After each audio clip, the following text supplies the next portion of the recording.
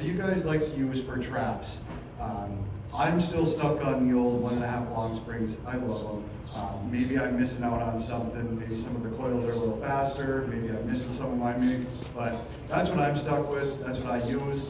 The only reason I do it is because that's what I grew up with. My dad had them, and I just continued that tradition. Foothold traps, exclusively I use 1.5 coil springs. That's a great trap. I used some of them when I was young, but the more I got into using coil springs, you can fit that in a much tighter spot. You can bed them and tight them or hide them better. And I just, with the foothold, that's what I exclusively use. I just can't see going away from it.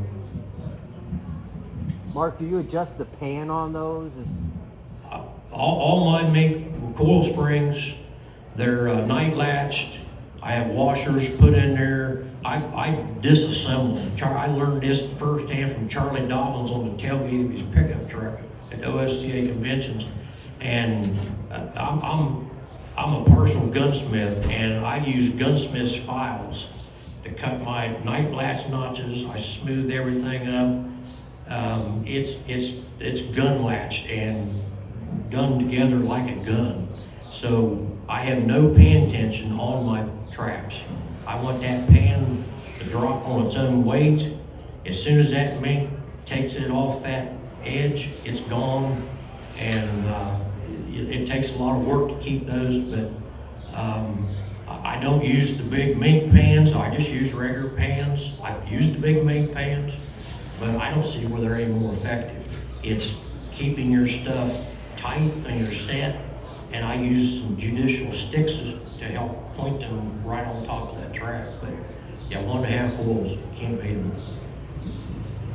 I agree with that, but for a few different reasons.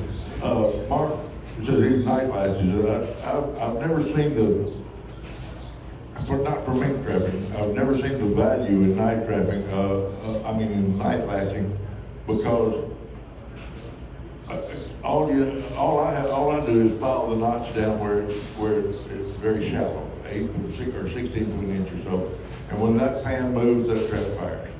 And I like Mark, I don't want any pan tension. And I'm a 1.5 coil man mostly. I'll use if I'm going to needing to wait to drown the Mink or get him underwater, I'll use a number 2 long strap usually. But I'm a 1.5 coil guy mostly, and for those reasons.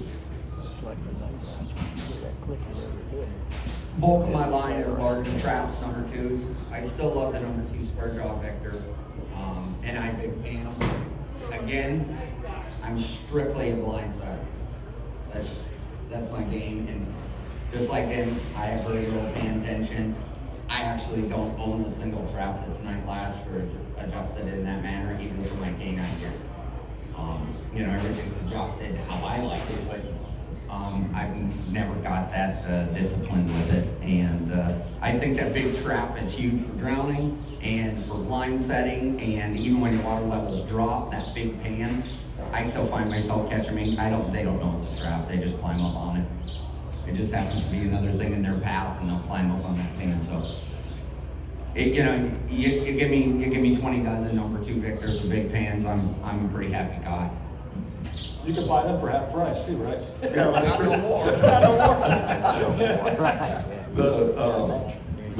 The number 2s are a good trap, and in that instance, I think big pans are necessary because there's about that much space between that loose jaw, that big trap, and the stock pan. That is enough for a big bore Mink to get by. And if you're not crowding the vertical edge of whatever structure you're sitting by, if that loose jaw is not actually touching that loose jaw, you are too far from that water. That's where I would use, if I was using number 2s, the little where they call it number 2s, I'd have oversized pans on that trap, sure would. If you get that pan that close to that bank, no farther than that, you're missing Mink if the outside edge of that pan is more than an inch from your vertical stroke. You're missing it. Stake wise, are you guys using, like tin cans filled with concrete or tie plates when you can find them and stuff like that? I mean, so you just can throw out, or are you staking stuff? All my 1.5 pools, I don't use drowners. All my 1.5 pools are on 4 to 5 feet of 2/0 chain and a 2-prong heavy coyote grapple. You wrap the chain around that shank of that hook. They store great in 5-gallon buckets, and they're super fast to set. You only need to unwrap the whole length of that chain, a couple unwraps. I toss it out away from the set. Mink rarely move those 2 feet. If you get a coon, he might take them 10 feet. It's speed, and that's more than enough weight to drown a mink. You can kill a mink in a teaspoon of water if you keep him wet. They die of hypothermia. You don't drown them; they die of hypothermia. So you use in shock. But I do use some. I've got a few remote places where I've taken brake drums and brake rotors back in, and I leave those there all the time. Railroad plates, I've got a few places, I've got some railroad plates, and I'll hook to those, and they stay there all the time. I leave them there and don't worry about them. And that same rig, I take that hook on that grapple, I hook it to the railroad plate, I hook it to the drum or whatever, and those are places where I'm more worried about a coon getting in it and taking it a long ways. It's not so much for a mink, but that's why I'll add that extra weight. But those grapple hook rigs and chain rigs, it's speed. I don't want to be there. Drowning rigs, if you got the time to make them, they're great, because it's right there 4 or 5 feet from where you made your set. But I don't have that time. I use those for speed, but it's more than enough weight for a mink. And that's what I'm primarily after. Anybody else? I'm on, as I said before, I'm on really hard bony ground, lots of rocks. So I just gotta go with weights, like Mark said, and I'll have double rigs, they're all on brake rotors. And I'm able to go through one hole and back up through the other, and I'm able to adjust that and slide it back and forth on my double trap rig so I can cover, narrower bridges and culverts with just one rig quick. And then my other go-to is window sash weights. I have hundreds of window sash weights, and they're phenomenal weights for the mink, and the coon don't take them very far, and they get tangled up as well, and I'll find them on them. But those are getting a lot harder to find now because everybody's strapped a bunch. So if you can get your hand on window sash weights, a hole in there is perfect. Every one of my Victor #2s has a couple feet of chain, and the end of it has a split ring on it, so I don't have to use any tools. Besides my pliers and my trapper helper, that's the only tools I carry with me because I'm blind setting. And my window sash weights have about 2 foot of cable already attached on them, ready to go. When you make your, I'm going to ask him another question here, and then we'll get back to the crowd. When you do your pans wider, how do you do that? Is it a separate pan you buy, or how do you make your pans bigger on your #2s? Years ago, I used to cut out the metal and put it on. I like working with metal, so I'd spot weld them on and make my own lamps, do my own mods. So I always love that stuff. And but as of now, there's some really good products out there. Well, the Wild River Mink pans are phenomenal.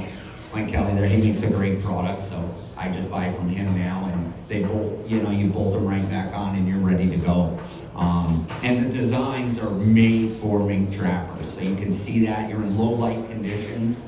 There's nothing worse than those low light conditions trying to look at that little notch and see right where your dog is. I think Mark's got that figured out with his night latch. He's right on it, so I can see the benefit there.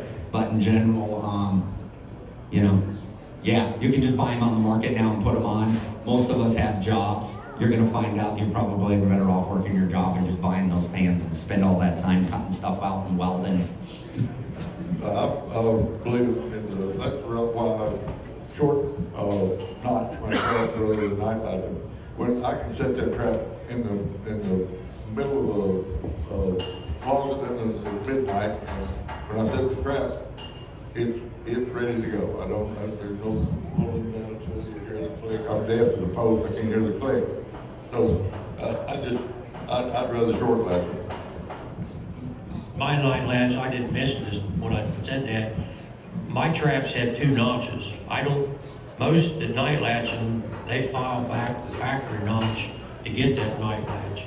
I cut a completely separate notch. I leave the factory notch and I cut another one above it with those gunsmith files I have. And I can set my traps in the dark in the factory notch. I know exactly where it's at, and I pull that down and I get a click. It's in my night latch. And that's all the reason I do that. I operate in a dark alarm with very minimal light. I can set it, don't even look at it. I know where it's at, hands up high, it's in the factory notch. Click, it's where I want it. And it's where it's at.